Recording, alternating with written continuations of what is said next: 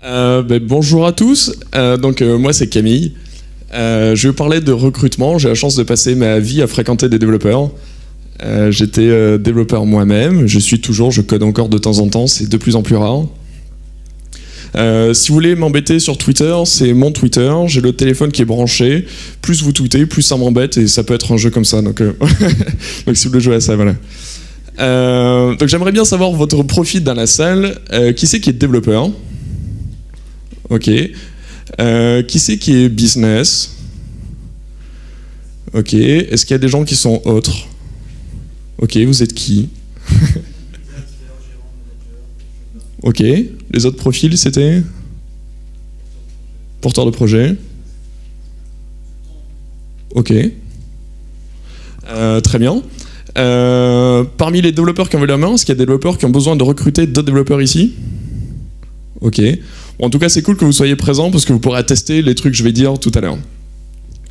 Alors pourquoi je suis en contact en permanence avec des développeurs? C'est que j'ai monté une boîte qui s'appelle Human Coders. On a monté des communautés de développeurs et voilà, on se balade dans plein d'événements, on rencontre des gens en permanence et voilà, l'expérience vient d'ici. Human Coders, c'est avant tout un centre de formation et on fait des formations super cool. Alors, vif du sujet, qu'est-ce que c'est un développeur? Alors, excusez-moi pour les gens qui sont là, mais il va y avoir des caricatures, il va y avoir des trucs qui sont pas vrais, c'est difficile de généraliser. J'ai 25 minutes, donc tout ce que je vais dire, vous pourrez forcément trouver un contre-exemple. Pour essayer d'être le plus vrai possible, en fait, la plupart des choses qui sont dans ces slides, c'est des développeurs qui me l'ont dit, en fait. Donc on a fait des sondages et c'est juste les résultats de sondages. Donc c'est l'image que les développeurs ont d'eux-mêmes. Alors un développeur, c'est quoi? Alors c'est un mec qui a fait des études scientifiques, qui est très carré, il aime que ça roule droit, il aime la méthode, et a priori il aime coder, il est passionné. Par contre, il y a des trucs qui sont assez abstraits pour lui. Alors les trois gros, en tout cas ce qui vous concerne, c'est que le business c'est totalement abstrait pour lui. Donc le chiffre d'affaires, combien vous avez vendu votre boîte, votre activité, la plupart du temps il s'en fout complètement. Le design, pareil. Le développeur standard va aimer tout ce qui est assez gris et plutôt carré. Voilà. Il y a des développeurs évidemment plus ouverts, mais voilà, par défaut, c'est plutôt gris et carré, c'est assez confortable. Voir s'il n'y a pas d'interface du tout, c'est plutôt pas mal. Une ligne de commande, c'est assez rassurant. Enfin, la communication, là aussi, c'est pas son truc. Il adore, il a plein de passions, etc. Mais c'est pas forcément son truc d'aller les partager, de les diffuser à un grand nombre de gens. Donc ça vient des développeurs eux-mêmes. Alors j'aimerais m'intéresser maintenant à qu'est-ce que c'est un bon développeur. Alors pareil, sondage Facebook, on a demandé à notre communauté qu'est-ce que c'est qui faisait qu'un développeur était pas bon. Alors c'est des cas un petit peu. Alors il y a des contre-exemples partout. On va retrouver par exemple les développeurs qui font leur propre framework. Les gens adorent faire ça. Considérez-le comme un warning. Voilà, c'est pas courant. Normalement, si ça existe, il y a plein de choses qui ont déjà été faites. C'est bizarre d'avoir à refaire un truc de zéro. Si je monte un réseau social, il y a déjà 1000 personnes qui ont fait des réseaux sociaux. A priori, il y a un marché de l'open source qui est très existant. Je dois pouvoir récupérer des trucs là-dedans. Même chose, j'ai fait ma propre bibliothèque. Voilà, il y a quand même plein de trucs où j'ai pas besoin de réinventer la roue, parser un certain type de fichiers, aller choper des trucs sur GitHub, aller choper, etc. Tout ça, ça a déjà été fait. A priori, j'ai pas besoin de me le refrapper. Si votre développeur repart là-dedans, warning. J'ai développé mon appli from scratch. Alors l'expression est gros warning aussi, attention, ça veut dire que j'ai tout fait de zéro, donc ça veut dire que j'ai fait mon propre framework, mes propres bibliothèques et que j'ai absolument aucune notion de ce qui existe à côté. Donc warning aussi. Peut-être un peu plus grave encore, mais finalement c'est ce qui cause probablement ce que j'ai dit avant, c'est j'ai pas le temps de faire la veille. L'informatique ça bouge tout le temps, tous les jours. Et ben, si je fais pas de veille, je serai pas au courant de ce qui existe et du coup je vais tout faire moi-même, je vais perdre un temps fou. Même style, ma techno marche bien, bah, pourquoi j'irais voir ailleurs? Parce que ça bouge. Des technos qui étaient sympas il y a 10 ans, plus personne s'en sert parce qu'on sait faire mieux. Et voilà, il faut regarder à côté pour toujours faire les bons choix. Donc c'est quoi un bon développeur? C'est un mec qui ressemble à ça. Alors c'est quelqu'un qui va être curieux, parce que ça bouge tout le temps et il faut s'ouvrir. C'est quelqu'un qui va être rigoureux, donc ça sort d'un sondage Facebook là aussi. C'est quelqu'un qui fait de la veille, c'est quelqu'un qui est ouvert, c'est quelqu'un qui est pragmatique. Il va pas développer des usines à gaz tout de suite. Il teste son code, c'est quelque chose qui ressortait assez souvent. Et il accepte les critiques. Parce qu'on a là, des fois l'image du développeur autiste qui fait son truc dans son coin. Voilà, les développeurs considèrent que c'est ça un vrai bon développeur. Le marché, c'est quoi aujourd'hui? Alors, il n'y a pas de slide dessus, mais en gros, c'est galère. Trouver un développeur aujourd'hui, c'est très compliqué. La plupart des développeurs n'ont pas vraiment un problème de trouver un taf. Il suffit de... Amusez-vous, hein, c'est créer un profil LinkedIn avec 3 technos dedans. Vous allez voir, il y a des recruteurs qui vont vous appeler, même s'il y a des grosses conneries dedans. En fait, il suffit qu'il y ait les bons mots-clés. Mettez J2E, mettez voilà, .NET, etc. Vous allez avoir plein de gens qui vont vous appeler très vite. C'est très facile. Donc très compliqué. Du coup, il faut savoir se différencier. Alors, c'est quoi les options que j'ai pour recruter un développeur aujourd'hui? Alors, des trucs assez classiques, l'offre d'emploi. Donc voilà, je vais regarder sur internet comment les autres font, je vais copier, je vais mettre mon offre d'emploi comme les autres et je vais essayer de la diffuser. Il y a quand même des méthodes pour bien la faire. Alors pareil, nous on a créé un site d'offre d'emploi, donc ça s'appelle Human Coder Jobs, ça c'est une annonce. Et avant de le créer, on s'est dit, ok, on va regarder ce que les autres font, et puis on s'est posé une question à mon associé, c'est pourquoi tous les recruteurs mettent une énorme description de la société d'abord. Ça me paraissait pas naturel parce que moi, développeur, ça m'intéressait pas vraiment, c'est pas ce que j'avais envie de voir d'abord. Puis on a demandé à nos amis les développeurs ce qu'ils voulaient voir, et puis finalement, la description de la société arrive tout en bas. Par exemple, avant, il y a la photo des locaux. Ok, donc ça arrive vraiment tout en bas. Donc du coup, la description de la société, nous on l'a mis en gris tout petit, limité à 60 caractères. Et si les gens veulent en voir plus, ils auront un lien pour aller sur le site internet.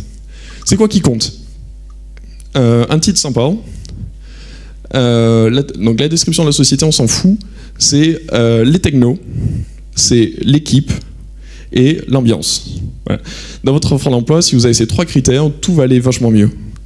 Les avantages aussi, parce qu'il y a énormément de concurrence et ça va être finalement un moyen de communiquer sur l'ambiance. Si vous avez du très bon café, si vous faites des soirées billard, si vous avez un mec qui est un champion sur tel techno et que c'est un bon moyen d'apprendre, ça c'est des vrais avantages qui vont compter. Qu'est-ce qu'on voit là-dedans? Voilà. Donc c'est pas du tout une vision RH ou une vision business, c'est vraiment une annonce qui est adaptée pour les développeurs. Deuxième solution, c'est je suis flemmard et je vais déléguer totalement ça à un chasseur de tête qui va faire l'annonce que tout le monde fait, qui a priori aura pas de grand différenciant, qui va pas s'embêter à aller sur des sites de niche, mais qui va le diffuser sur des gros sites. Et finalement, qu'est-ce que ça va faire? Ça va faire qu'il va tomber sur des gens qui sont peut-être un peu à côté. Aujourd'hui, un bon développeur n'a pas forcément besoin d'aller s'inscrire sur Monster, etc. Or, les chasseurs de tête vont avoir tendance à passer par ces canaux-là. Après, troisième solution, la solution super cool, c'est que vous avez un grand réseau, vous connaissez bien les développeurs, et vous allez les voir, et ça marche super bien pour vous. Ça, c'est top. Bon, en fait, dans la réalité, c'est très compliqué, c'est rare les sociétés qui peuvent faire ça, mais c'est une opportunité. Finalement, peut-être qu'autour de vous, vous pouvez vous demander à vos amis, est-ce que vous ne connaissez pas un bon développeur Symfony 2, puis vous trouvez comme ça, et ça marche plutôt bien en fait, la recommandation marche bien. Quatrième option, c'est IRL, in real life. En fait, finalement, pour rencontrer des gens dans la vraie vie, qui c'est qui cherche un développeur ici? Est-ce qu'il y a des développeurs qui cherchent un boulot ici? Ok, ben discutez entre vous. Et je vois que les gens regardent vraiment les gens qui ont levé la main. Donc voilà, il y a des façons dans la vraie vie de rencontrer des gens et c'est un bon moyen. Donc il y a plein de choses, donc il y a des conférences assez généralistes comme ici, il y avait Mixit aussi il n'y a pas longtemps, toujours à Lyon, Ruby Lugnunum toujours à Lyon, j'ai mis des conférences lyonnaises exprès. Il y a des événements voilà, plutôt orientés entrepreneuriat, des apéros, il y a des développeurs qui se réunissent, Assez souvent, si vous connaissez quelqu'un là-dedans, vous pouvez lui dire voilà, je cherche un développeur PHP, est-ce que je peux venir dans votre apéro PHP, soyez gentil avec moi. J'essaierai de ne pas dire trop de bêtises. Et finalement, les développeurs acceptent souvent que vous veniez. C'est un bon moyen de voir ce qu'ils recherchent. Enfin, dernière chose, c'est la marque employeur. Alors ça, c'est le mot super classe. En gros, c'est l'image. C'est quelle est l'image que vous transmettez. Je pense que la grosse différence se joue là aujourd'hui, en fait. C'est surtout si vous avez plusieurs développeurs à recruter, c'est probablement le meilleur moyen de se différencier. Comment on peut faire? On peut écrire, on peut tenir un blog, avoir des techs. Le but du jeu, c'est de parler à des techs. Donc si vous parlez de votre boîte, de la réussite de votre boîte, pareil, on s'en fout en fait. Donc vous avez un bon développeur, puis vous êtes capable de prouver qu'il est bon, et les développeurs adorent apprendre. Donc si vous avez quelqu'un qui est très bon en interne, ça donnera envie de vous rejoindre. Pareil, vous pouvez le faire. Vos développeurs peuvent aller dans des conférences, faire des talks et avoir une bonne image là-dessus. L'open source, pareil, c'est une bonne façon de dialoguer avec la communauté. Des vidéos, je sais qu'il y a je crois qu'il y a M6 qui fait ça sur Lyon. Ils font des talks en interne qui sont filmés, qui sont diffusés. Et voilà, c'est aussi une façon de démontrer ses compétences. Le sponsoring, alors ça c'est la version j'ai pas trop le temps et j'ai de l'argent. Mais ça marche, hein, mais ça coûte très cher, donc c'est pas accessible aux startups. Finalement, il y a des moyens probablement beaucoup plus malins de sponsoriser que de sponsoriser. Et enfin, il y a tout l'aspect réseau social. Là aussi, quand on peut monter les communautés, on peut monter un compte Twitter ou on balance de l'actu. Ça peut être le nom de votre boîte -dev. Et finalement, vous avez toute une culture et une veille autour de la techno là-dessus. Un truc qui est vachement important, c'est surtout pour le dernier point, c'est sur quelle valeur il faut communiquer. Ça, c'est quelque chose, je pense, qui est probablement le plus important, c'est que vous vouliez recruter ou que vous vouliez avoir une bonne image auprès des développeurs. Par exemple, vous avez besoin d'avoir une audience de développeurs pour vendre votre produit. Vous appelez GitHub, vous appelez Roku, vous appelez Stripe, vous avez besoin de ce genre de trucs. Comment on peut communiquer? Je pense qu'il y a 4 points. Premier point, c'est l'authenticité. C'est que les développeurs en ont ras-le-bol de voir des offres d'emploi où ça paraît fake dès le premier mot. On en a vu plein, vous en recevez plein dans votre boîte mail. Voilà, ça marche plus. Soyez vrai, tout simplement. On cherche ça parce que les développeurs ont peur de se faire avoir. C'est deux mondes différents. Mais vous aussi, en fait, vous avez peur de vous faire avoir par le développeur, mais nous, c'est pareil. On a peur de vous. Et on est très différents, c'est tout. Et il faut se parler, et il faut se parler vrai. Donc, ouais, soyez transparents, donnez pas des caisses de chiffres qui prouvent rien, montrez juste la réalité. Soyez humains aussi, les gens ça compte beaucoup. Y a qui dans votre équipe? Est-ce que les gens sont bons ou est-ce que c'est que des stagiaires qui sont là et qui galèrent parce que vous les drivez mal? Ça c'est super important. La considération. C'est comme je disais tout à l'heure, on est très différents et il faut que vous ayez un peu de considération pour moi pour que j'ai confiance en vous. Et voilà, ça passe de plein de choses, ça passe par j'ai compris qui vous êtes. Donc j'ai compris que vous recherchez une belle techno et je pense qu'on a une belle techno en interne. J'ai compris que vous avez besoin de faire de la veille. Voilà, chez nous, on vous paye des tickets pour venir à Blind, pour venir à Mixit, pour venir à Roulou. Parce que je pense que c'est important que vous fassiez de la veille. Vous aimez travailler en musique, ok, je vous paye un abonnement Spotify, ça coûte 5 € par mois, c'est débile, mais finalement j'ai compris votre besoin, et si vous voulez en plus je vous paye un casque, comme ça vous pouvez vous concentrer au bureau s'il y a un peu de bruit. Et c'est de la considération, mais finalement c'est super important. Et puis le dernier point, c'est la partie techno, bien sûr. Il faut absolument que vous montrez que vous avez cette compétence-là, ou vous voulez l'avoir. Les développeurs aiment les technos qui bougent, les technos récentes, les technos sympas. Il y a des technos aujourd'hui où c'est chiant parce que ça a bougé, ça a évolué, et essayer de diminuer cet effort et d'avoir vraiment des technos sympas.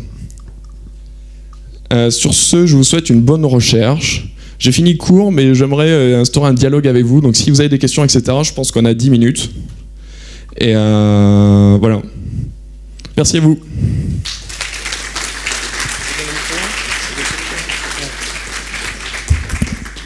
Vous m'entendez? Ouais, allô? On se croirait à l'Assemblée nationale. Pas de questions? C'est toujours la première qui est difficile, mais après ça passe. Est-ce qu'il y a quelqu'un qui veut se dévouer, voilà, quitte à ce que ce soit, voilà, n'importe quoi, poser la météo, n'importe, mais c'est juste, il faut juste une. Pour recruter un bon développeur, est-ce que tu préconises de lui faire passer un certain nombre de tests, qui te donne un petit peu ces différents repositories où il met son code pour aller y jeter un œil? Est-ce que tu as quelques tips là-dessus? Alors, au niveau technique, je trouve que le fait de passer un entretien technique ou de de regarder son code, on regarde le développeur à un instant T, mais ça ne dit pas que dans un an, il sera bon en fait. Donc c'est une bonne chose, mais je pense que ça ne suffit pas. Pour moi, un des trucs les plus importants, c'est la veille. C'est que finalement, quelqu'un qui fait beaucoup de veille, il sera bon tout le temps.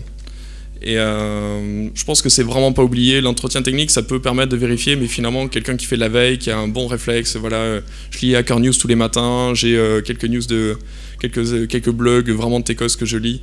Et je pense que c'est bien plus important, surtout dans les petites boîtes. Je pense qu'ici il y a pas mal de startups. C'est que la techno que vous avez aujourd'hui, c'est peut-être pas celle que vous avez demain. Et si c'est un génie en Symfony 2, mais que dans 2 mois vous avez besoin de Node.js, vous êtes foutu. Et alors que si c'est quelqu'un qui a l'habitude d'apprendre, il va pouvoir évoluer tranquillement en fait.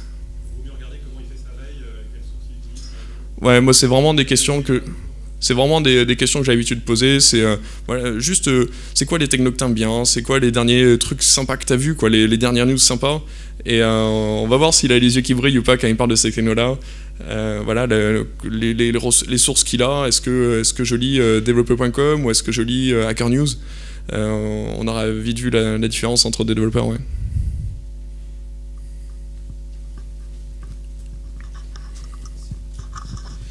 Merci. Donc, je vois que la tendance de ces derniers jours, c'est que les agences web optent pour recruter des gens qui ont déjà l'expérience. Donc, alors, comment on va donner l'opportunité pour les débutants d'avoir d'expérience? Voilà. Ok. Est-ce qu'il y a des gens qui seraient prêts à recruter un débutant ici? Ouais, voilà. En fait, je pense qu'il y a plein de gens qui sont prêts à recruter des débutants, même aujourd'hui. C'est juste qu'il faut peut-être pas aller sur des agences web qui ont besoin de quelqu'un qui est productif tout de suite, en fait. Merci.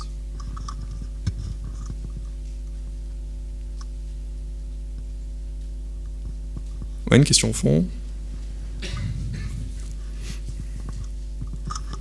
Mais du coup, ce même débutant, comment est-ce qu'on fait pour savoir si c'est un fort potentiel ou pas? Je pense que la veille marche toujours. C'est que finalement, les étudiants ont souvent pas mal de temps, ils font des projets, ils ont fait des stages. Et je pense vraiment que tu peux le tester comme un autre, quoi. Dans les meetings où je vais, il y a des étudiants qui font une veille extraordinaire, souvent bien plus que des développeurs seniors. Et c'est très bon. Je pense qu'avec l'âge, finalement, les développeurs développent une certaine expertise, ce qui les rend moins malléables, si tu veux. Et finalement, l'étudiant a cette fraîcheur-là qui lui permet d'acquérir très vite des informations sur un spectre très large, en fait. Donc je pense que la veille, c'est une très bonne chose. Ouais. Puis tu peux travailler avec, tu peux discuter avec lui, voir s'il y a un feeling. Ça se voit vite, quoi. Un mec qui est vraiment vif, ça se voit assez vite, je pense.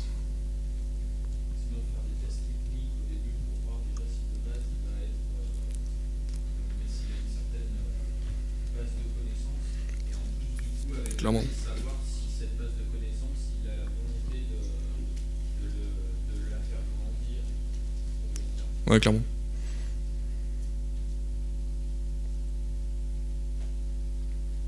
Deux questions en même temps. Merci. En fait, j'aurais voulu rajouter un élément parce que je suis développeur en startup et je suis parfois approché par des créateurs d'entreprises qui veulent créer une startup, qui ont une super idée, qui sont non-tech et qui cherchent un associé technique. Ouais. Donc c'est un cas particulier de la recherche de développeurs. Et souvent, ce que j'ai noté, c'est qu'on va soit nous imposer des technologies alors que la personne n'y connaît rien, elle a juste suivi des tendances. Ça, je pense que c'est une première erreur à ne pas faire. Le développeur est mieux armé pour choisir la technologie pour répondre à ce besoin. Deuxième erreur, souvent l'entrepreneur va dire j'ai une super idée, viens l'exécuter pour moi. Le développeur aimerait bien avoir des preuves que le non-tech a fait un travail, hormis faire des dessins sur un papier, qui prouve qu'il y a effectivement un marché ou typiquement de l'argent à se faire, quoi. Preuve que le développeur n'aurait peut-être pas pu donner lui-même. Ouais, je suis tout à fait d'accord. C'est un cas qu'on voit assez souvent et je pense que c'est un des cas où il y a le plus de différence entre les deux en fait. C'est que c'est des gens qui vont chercher assez souvent des gens assez débutants et qui sont à fond sur leur idée et qui y croient à mort, mais qui ont du mal à expliquer pourquoi un risque de marché en fait. Et c'est vraiment très problématique et je pense que ça passe par un gros effort de dialogue des deux côtés. Et ouais, c'est très compliqué. Souvent, dans ces cas-là, on voit souvent des problèmes de collaboration parce qu'ils se sont pas compris. Et ouais, c'est vraiment très difficile. Je pense qu'il faut vraiment prendre du temps, y aller tout doucement, essayer de travailler peut-être sur des week-ends d'abord. Voilà, c'est des gens très différents et il faut beaucoup de temps pour qu'il y ait de la confiance qui s'installe. Et c'est très impactant parce que souvent, ils veulent presque signer un pacte d'associés tout de suite, quoi. Donc voilà, il faut vachement de temps. Ah oui, ça me fait penser à un point, ce que tu dis à l'instant. On a souvent la question du NDA aussi. Mon idée, elle est tellement cool que je veux pas te la dire, mais viens bosser pour moi. Ça, à mon avis, c'est un fail immédiat, quoi. Hein. En fait, il vaut mieux parler tout de suite. Faudrait les envoyer Philippe Méda qui était là juste avant d'abord. À la limite, filez son mail, vous lui dites de tester et puis si c'est bon, vous travaillez avec eux. Mais effectivement, ouais. Les développeurs sont pas des business, ils vont pas tester votre idée, ils sont là juste pour concrétiser l'idée. Et voilà, c'est vraiment un usage différent, ouais. Clairement. Il y avait une question devant.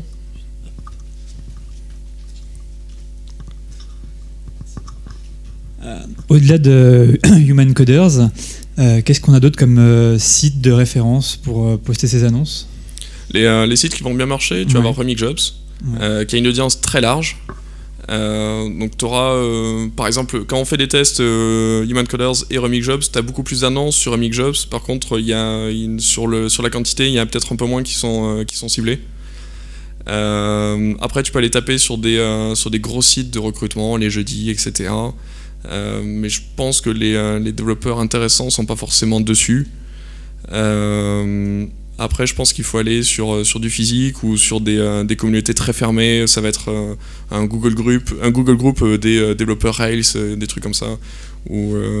Alors par contre, plus tu vas sur un groupe fermé, plus tu prends des risques. C'est qu'on voit assez régulièrement des gens écrire sur je suis un développeur Rails et voir des gens écrire sur la mailing list des développeurs Rails en France et qui se font descendre parce que ils n'ont pas capté les prix du marché, ils n'ont pas capté certains trucs. Donc c'est un média moins facile. Donc il vaut mieux être tech pour communiquer sur des communautés comme ça en fait. Mais voilà, tu peux aller sur des trucs très précis, mais c'est plus des sites d'offres d'emploi, c'est tu communiques directement avec la communauté en fait. C'est du zéro, ouais. Ouais. T'as pas mal de job boards, donc c'est à toi de choisir après le type d'audience que tu veux cibler. Ouais. Mais c'est assez large, il y en a beaucoup en fait. Merci.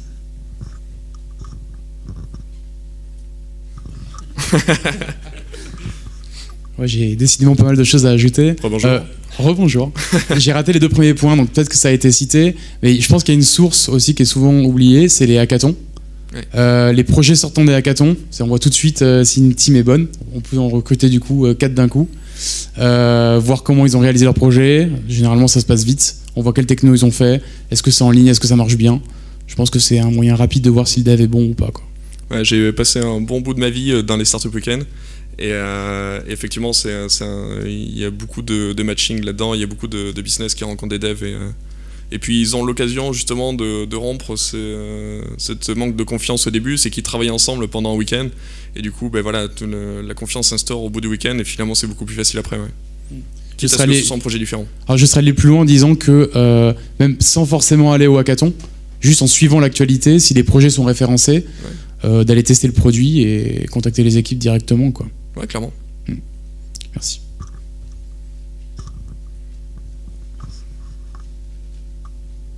Une dernière question?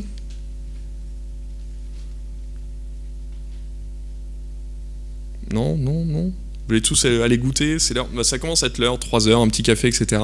Très bien. Mais on se retrouve au café alors. Ah non, une dernière question, ok. Mais juste après café. Attends, le micro arrive en courant.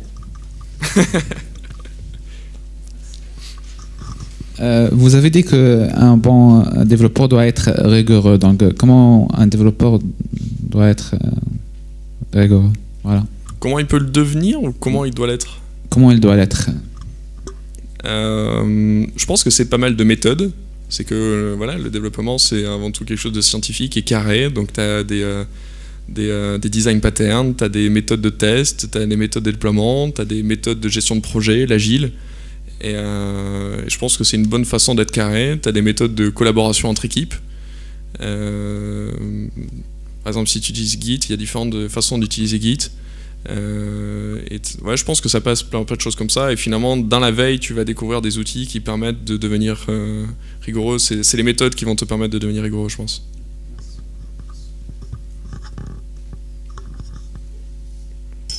On clôt là-dessus ? Allez. Bah écoutez, merci beaucoup.